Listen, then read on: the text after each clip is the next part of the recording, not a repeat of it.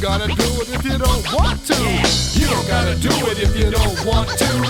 It's just a suggestion. All right, well,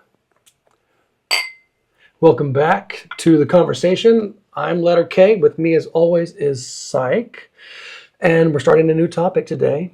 Today, we're going to start our series on relationships. We're going to go through the whole thing. When I say relationships, I mean romantic relationships. Romantic, dating relationships. Yes. You and a significant other. Okay. A romantic partner, that kind of relationship. That's a big topic. Yeah, so we're going to break it down into a few different sections. So we're going to try and do a beginning of the relationship episode, middle of the relationship episode, and then sadly enough, an end of the relationship episode. So the first things first, we're going to start with the beginning. And the best way to start with the beginning, I think, is to find out how relationships get started. So tell me, Psych, how did you meet your wife? I actually met my wife at work. I was working at a local pizzeria, and I was a pizza maker at the time. If I can rewind just a little bit, I used to work pretty much every day of the week in this place, but then I started to fill in my professional life with other part-time jobs, other kind of side gigs sort of thing. And so I asked the owner of the pizzeria, hey, would you be kind enough to remove me from the schedule, but allow some of the employees to kind of call, I'd be on call. So I could supplement my income. If somebody wanted the night off, they would give me a ring and go, hey, and I would go in there and make a few extra bucks. Yeah. So back in 2004, Labor Day weekend, it was a Sunday, and I get a call about 2 hours before the shift. And I was pretty notorious for turning people down with short notice. I wanted a day at least, or this or that. You're living in a fantasy world. But I was in a good mood. Yeah. So I was like, yep, I'll do it. Went into work. Slow night. Not a lot of, and slow nights in restaurants, they drag on. The time just comes to a stop. You're checking the clock. And not that, I was happy to be there. I was happy to be earning money. I was happy to be working. But I wanted to be doing something. Yeah. So anyway, later in the night, my current wife waltzes in, alone, unaccompanied, and sits down and orders some garlic bread. And we didn't have anything going on in the oven. She was our only order. And if you don't have a lot of things to go check the oven for repeatedly, it can be easy to forget about the one thing that's in the oven. And we burnt her garlic bread. That's awesome. Which turned out to be really nice because it meant she had to stay there longer, and I got to gaze in her direction and try to get her attention. And so anyway, she came in because she was friends with the manager. The manager blamed me for burning the garlic bread. I blamed him for burning it. So we made another one. We put it in, and we proceeded to walk away, get busy, and burn the second one. Oh, so good. So third time's the charm, and we got it right. And then I knew my manager knew her, so I asked about her. I was like, hey, who's that? It's like, oh, that's Liz. It's like, oh, okay. What she do? Oh, she just came in to hang out. It's like, all right. Well, night goes on. We're closing up, and she's just hanging out. And one of our servers was moving up to Sacramento to go to Sac State University, and they were having a housewarming party. They just got a new apartment, and we were all invited to this housewarming party. And my wife and I stayed we just talked the whole night. We stayed up the whole entire night, just getting to know each other. And the rest is history. Nice. So it sounds like if we're actually talking about you, I will say meeting your wife. House party, probably Yes. your thing. But you also had some form of an in through friend association. Yes, there was that connection. It was more comfortable. There was less risk involved because somebody who I was also friends with, the manager that night, we had spent time together. We had hung out. This person was connected to another individual who they in turn trusted and respected and could vouch for. And so that spoke a lot. That said a lot. So, according to a Pew Research that was taken in 2020, roughly 20% of couples meet through friends. So, we're talking about people who signify that they are in a relationship. 1 in 5 say they met through friends. And that's different than the 27% of people who responded to a Statista survey in 2022 that said that they met through social media. But they separate because you can meet, your friend, you're on Facebook, your friend of a friend. That's how you meet. But social media. So I think that the number of people who encounter a significant other or a possible mate through friends is one of the higher and enduring ways to meet people. Yes, absolutely. You're hosting a dinner party. You have a barbecue at a park. Somebody's having a pool party. People are getting together, and then it's a little bit more comfortable. I mean, it might be uncomfortable for some who are a little shy or nervous or anxious around new faces or unfamiliar people. But at the very least, if you agree to go to something like that, knowing that you already know some people there who have connections and have friendships and maybe even can help vet some of the people there that you might be interested in. So vetting is a big part of relationships, and I've looked ahead a little bit, and we can talk more about that later. But yeah, no, that's a cute story. I think that you meet the criteria for successful dating encounter. Well, thank you, I guess. The odd thing is, this was a thought that occurred to me not long before that day. I had just given up searching for people. That's so funny. I'm the same way. I decided because not a month or two before, I had made some attempts to connect with people, had tried to form relationships with 1 or 2 other people, and it didn't work out. So I was like, you know what?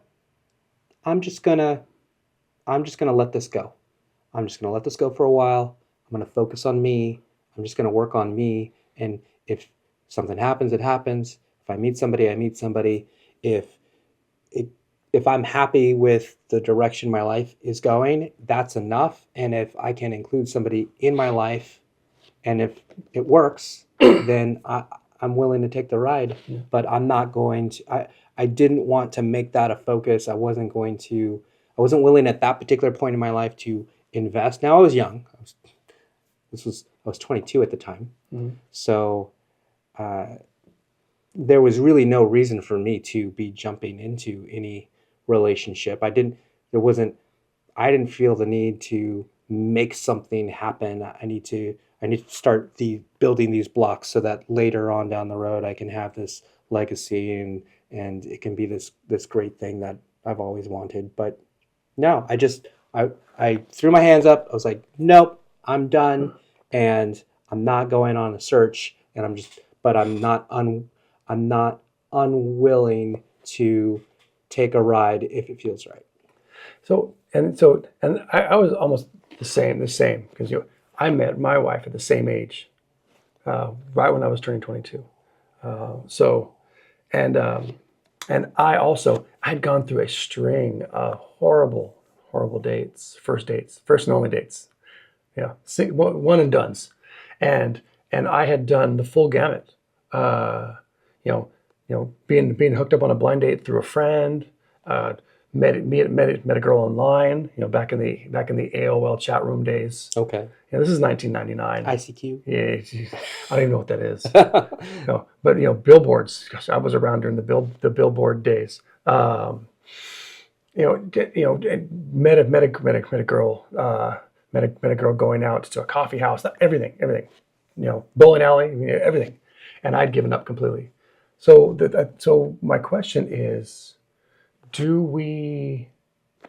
is there a difference between actively pursuing a relationship and just letting life kind of happen? Do you feel like there's a comfort in not trying to force being in a relationship, that opens opportunities that you wouldn't have necessarily seen if you were too laser focused on trying to find someone? Yes. I come from the school of thought that the most natural way to meet people is the best way to sustain relations. At least from my own experience, that worked. If your primary focus is yourself, if you're focused on yourself and you just want to become the best version of yourself and live your life, and just as you're doing that, you come to meet people, you encounter people, you make connections, you network. And if some of those people interest you to the point where you would like to continue having them participate in your life, and they reciprocate that, then I think that's really as good as it gets. When you start to make yourself up or change yourself or alter yourself in some way because you know in advance that you are going out into the world for at least one of your priorities is to connect with another human being, then it can read as artificial at times. And also, so where do you draw the line between what you're looking for in a relationship at the onset?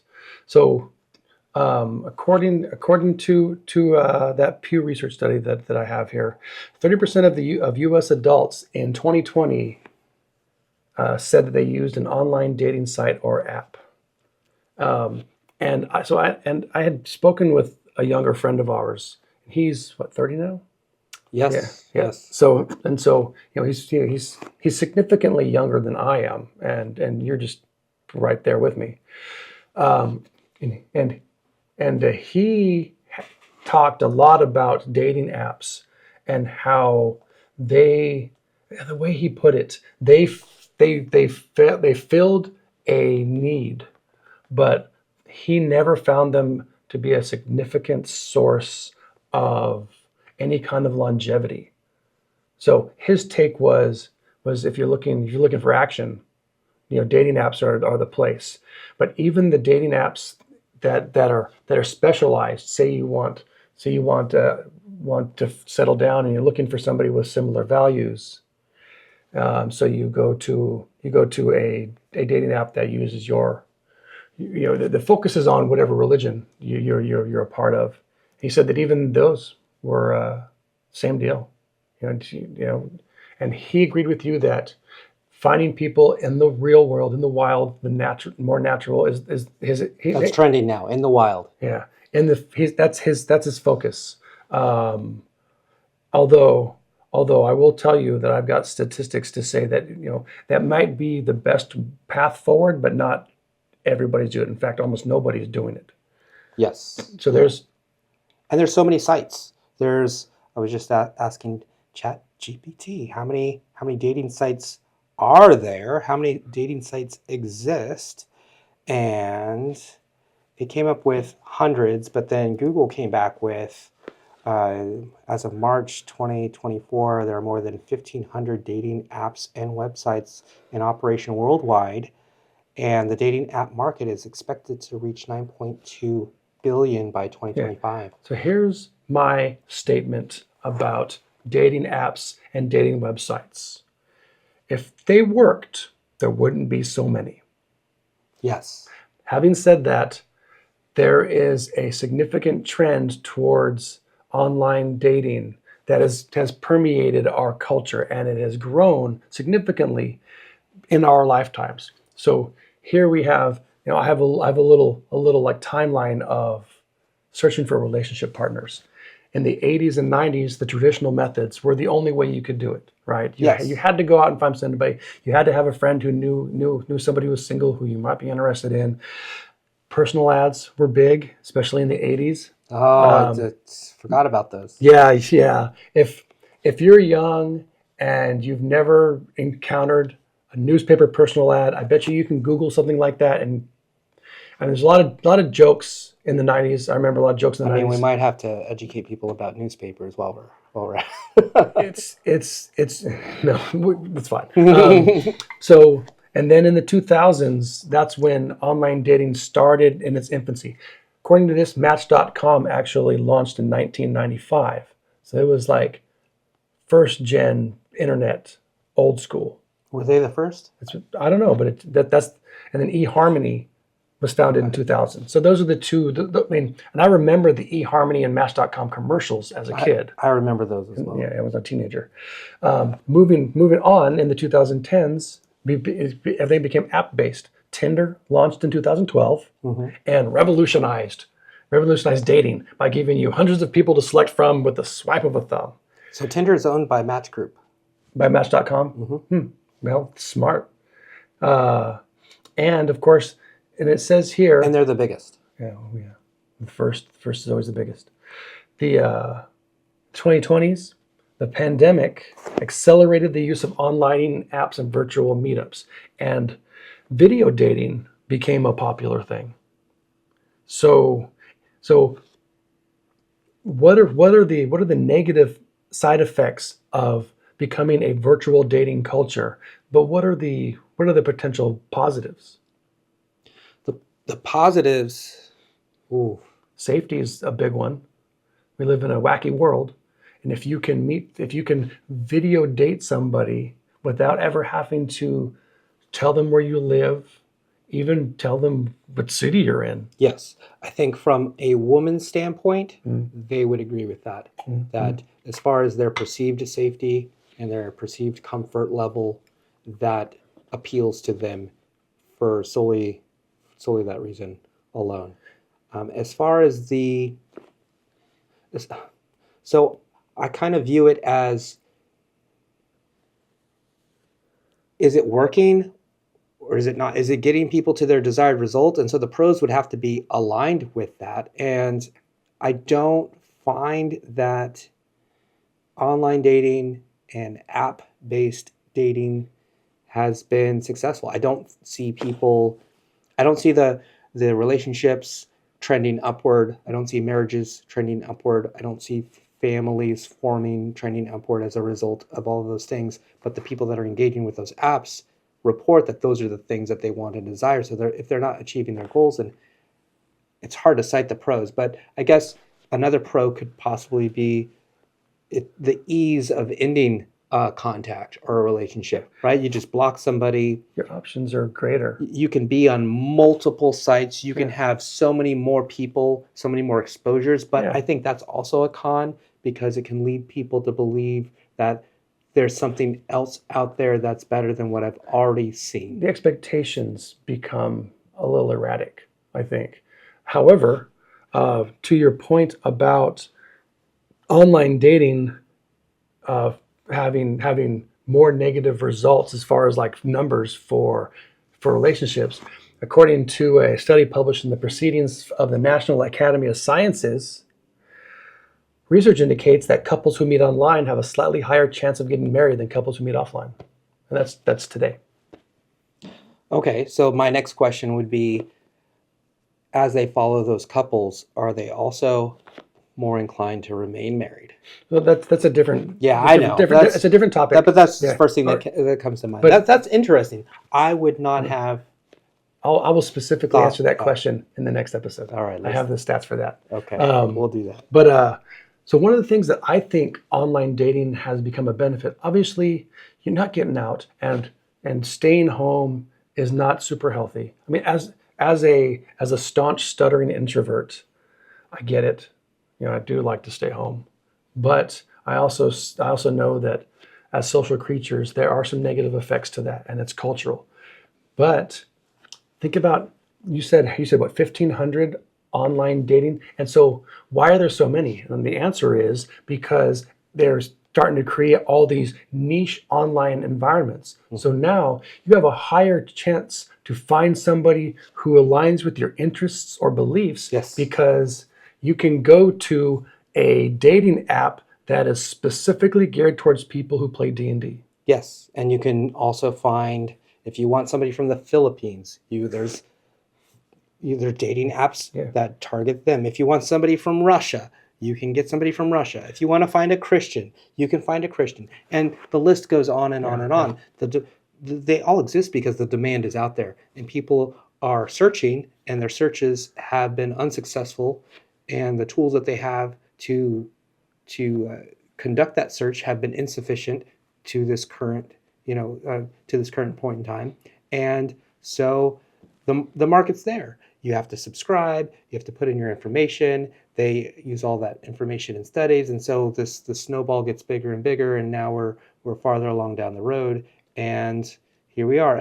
I'm shocked by that piece of information, that data point that you had about more marriages. Yeah, but I think it's tied. I think it's tied to finding people that you click with because of the hyper specialization of online dating now. Interesting. Okay. If I wanted, if I wanted to find somebody who is a movie junkie, lounging video gamer, there's a dating site for that. If I'm looking for somebody who is a cowgirl Christian who loves her mother and doesn't want to move too far from the farm, there's a dating site for that. If you want to find a Furby that loves sushi, then bam, done. There's a site for that. So I think that the ability to connect over distances with somebody who finds the same odd things interesting that you do is a huge boon to online dating. However, you are talking about, it could be like, I meet somebody on the site, and I know that these dating apps, you can sectionalize them by region, but as the niche becomes more and more narrow, the search needs to expand. Because if you are looking for your Furby, domino player, you may not find somebody within 50 miles of you, but there might be somebody in Nebraska. Mm-hmm. The market is a global one. The whole world is available with all of these apps and all of these websites that you can use to connect. So if you're in a position where you're willing to travel, if you have some disposable income, if you are set on finding someone and connecting with them based on this one thing or a few things or a handful of things that are important enough to you I think it's a good starting point. And yes, at some point, if you find somebody who shares this core hobby or interest that lives in Maine and you live in South Dakota, at some point you will have to connect if you are getting serious. But as far as starting a relationship, the higher opportunity for success begins with shared interests and beliefs. Yes. And it's easier to find those things online. It is, but it doesn't prevent people from going out, and you can go to conventions. There's all sorts of events going on. I mean, look at your Streetlight Manifesto flag there. This is not a mainstream band by any means. And I've never met anybody at a Streetlight show that I didn't bump into in a mosh pit. But yes, I get what you're saying. But they love it, right? Yeah. And people that venture out to their concerts and at their venues are sure to find somebody there that also likes them. Yeah. And so, yes, you have to be a little bit more bold and adventurous to go out there in the wild and find people nowadays. Yeah. I would venture to say, and you might have already found this, that all of this online dating, these websites, probably if we were to figure out when they started to get their most traffic, probably happened around the pandemic, I would imagine. So according to studies, the pandemic completely exploded online dating, and it got into video teleconference dating. So video dating, actually going on virtual dates. Zoom speed dates. Yeah, that's a thing. That's totally a thing. But to your question about, or your statement about going out to find people, yes, fewer and fewer people are doing that now. And in the 1980s and 90s, so a study from the late 1980s showed that between 20 and 25% of all couples met at a bar or nightclub or some kind of social setting in that vein, bars. Just say bars. Yes. In the 2000s, that number was down to a flat 20%. In 2017, that number was down to 8%. And this is based on a study by Stanford sociologist Michael Rosenfeld. And so that was 2017. That was the most accurate data I could find. So imagine 2024, what's the reduction from 8%?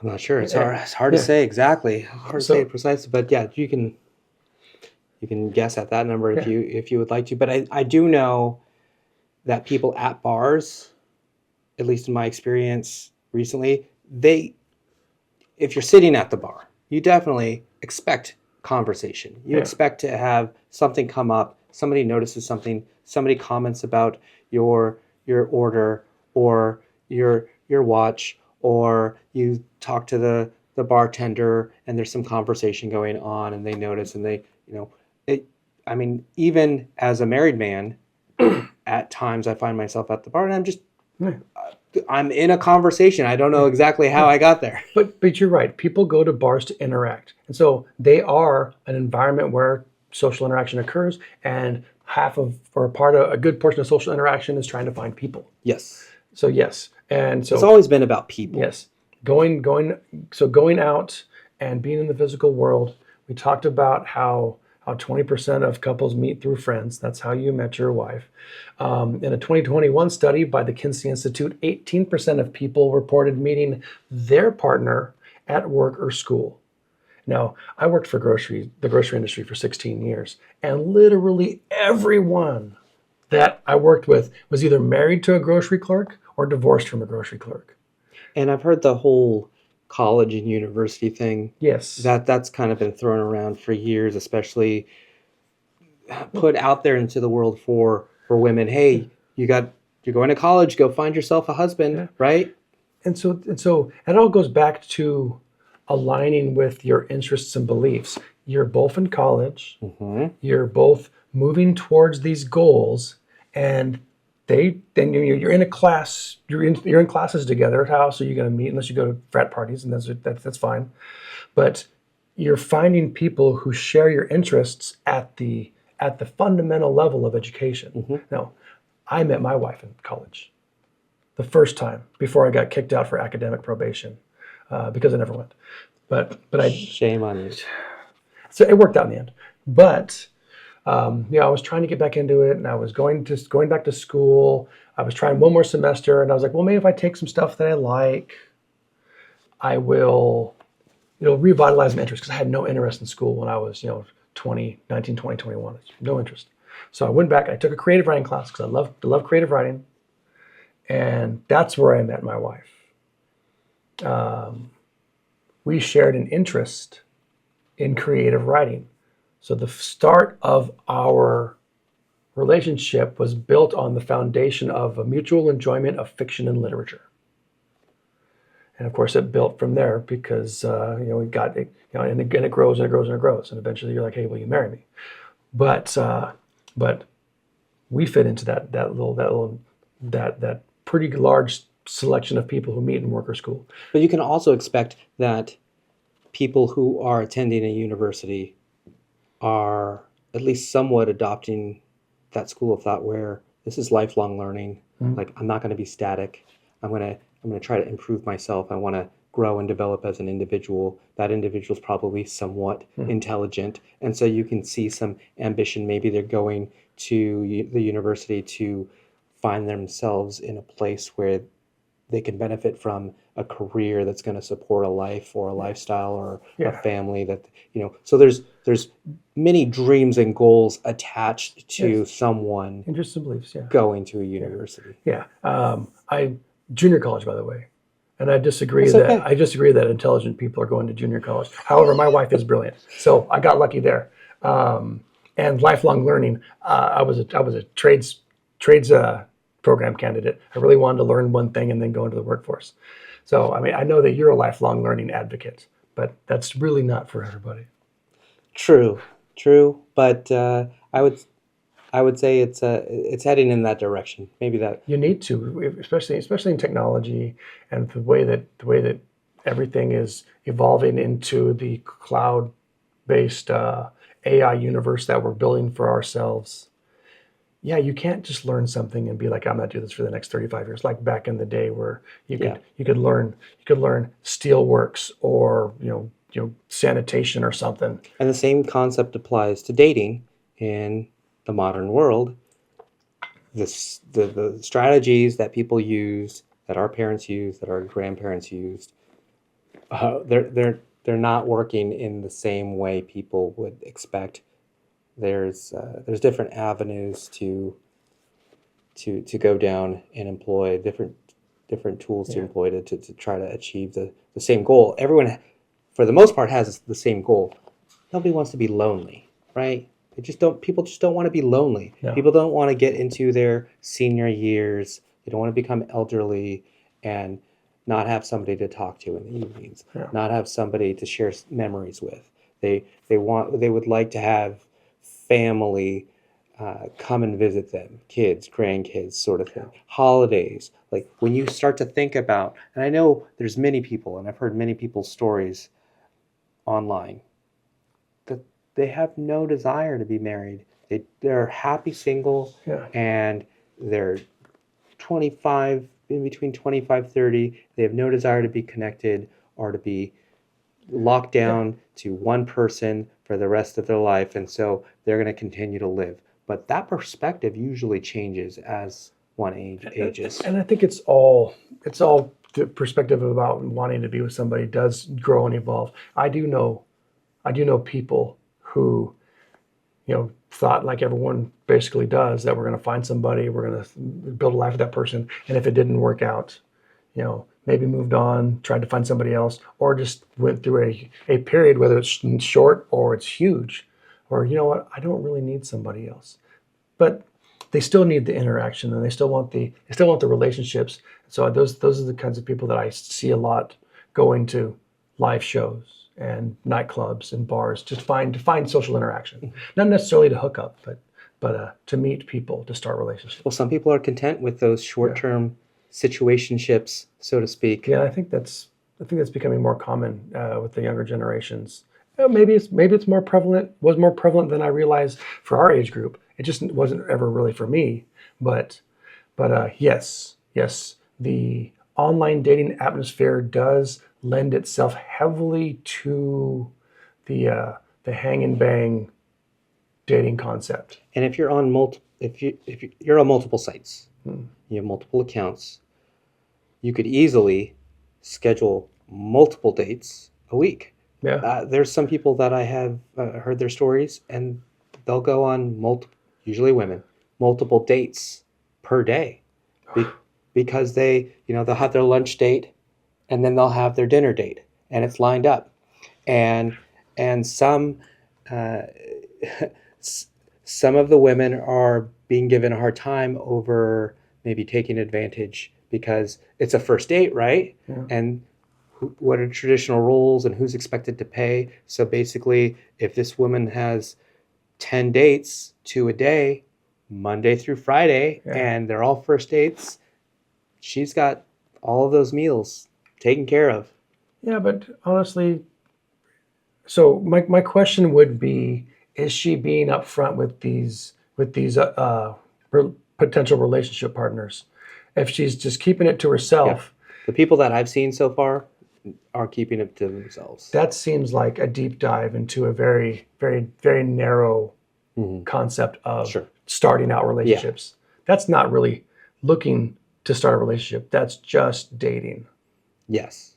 Yes. But that's also an obstacle that people who are looking for genuine relationships as they're starting out, if you're on one of their sites and you're looking for somebody and then you find out, oh, wait a second, you already had a date today and you've got 8 more this week and you have a roster of people that you're just cycling through. So it might be off-putting, but I don't think that it's any more so than the concept of a guy having the little black book.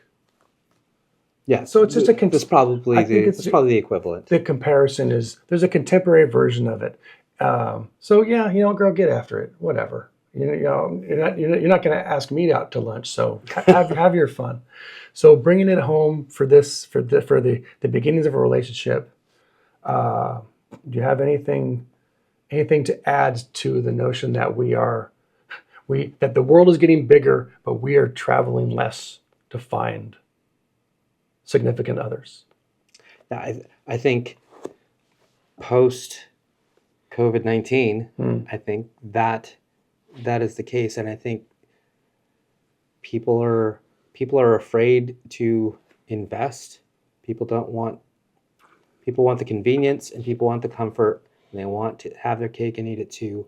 And if it is possible, or if there is a way for them to invest as little as possible with the hope of the maximum reward, then they'll do that.